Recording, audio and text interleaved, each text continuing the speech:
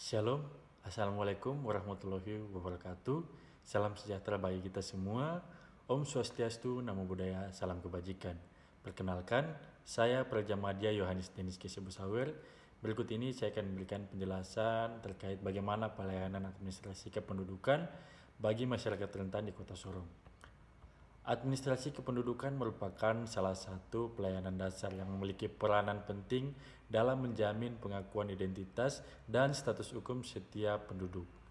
Melalui dokumen kependudukan seperti kartu keluarga, akta kelahiran, KTP elektronik, dan akta kematian, masyarakat dapat memperoleh berbagai hak pelayanan publik, mulai dari pendidikan, kesehatan, bantuan sosial, hingga pelayanan pemerintah lainnya.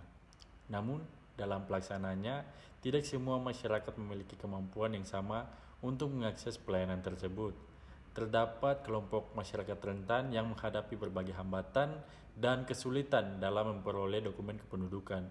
Kelompok ini meliputi penyandang disabilitas, lanjut usia, orang dengan gangguan jiwa, masyarakat yang sedang sakit, serta penduduk yang tinggal di wilayah yang sulit dijangkau. Di Kota Sorong sendiri, tantangan utama yang dihadapi masyarakat rentan adalah keterbatasan mobilitas.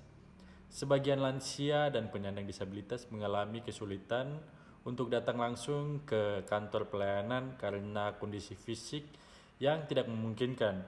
Selain itu, masih terdapat masyarakat yang belum memahami terkait kepentingan kepemilikan dokumen kependudukan, sehingga pengurusan dokumen seringkali dilakukan ketika muncul kebutuhan mendesak, seperti pengurusan bantuan sosial, pelayanan kesehatan, maupun kebutuhan pendidikan.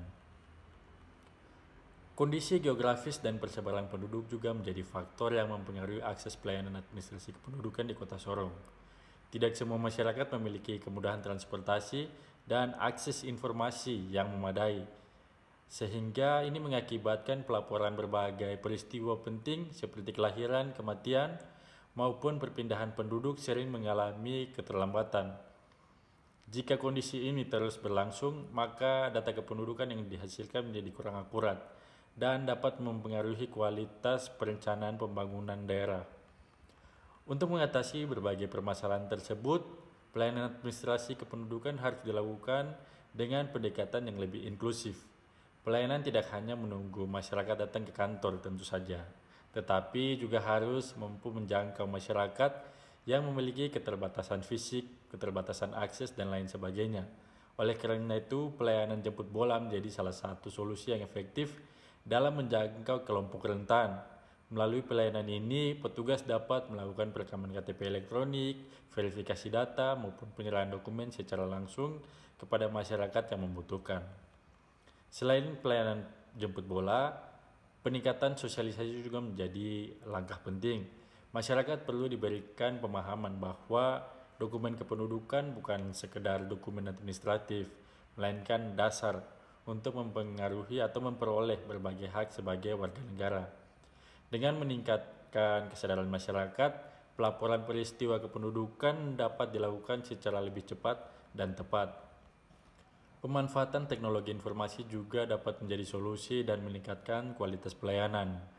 Sistem pelayanan yang terintegrasi dan mudah diakses akan membantu masyarakat itu sendiri untuk memperoleh informasi, serta mempermudah proses pengurusan dokumen kependudukan. Di sisi lain, koordinasi antar dinas kependudukan dan pencatatan sipil, pemerintah distrik, kelurahan, serta tokoh masyarakat perlu terus diperkuat agar penduduk rentan dapat teridentifikasi dan terlayani secara optimal.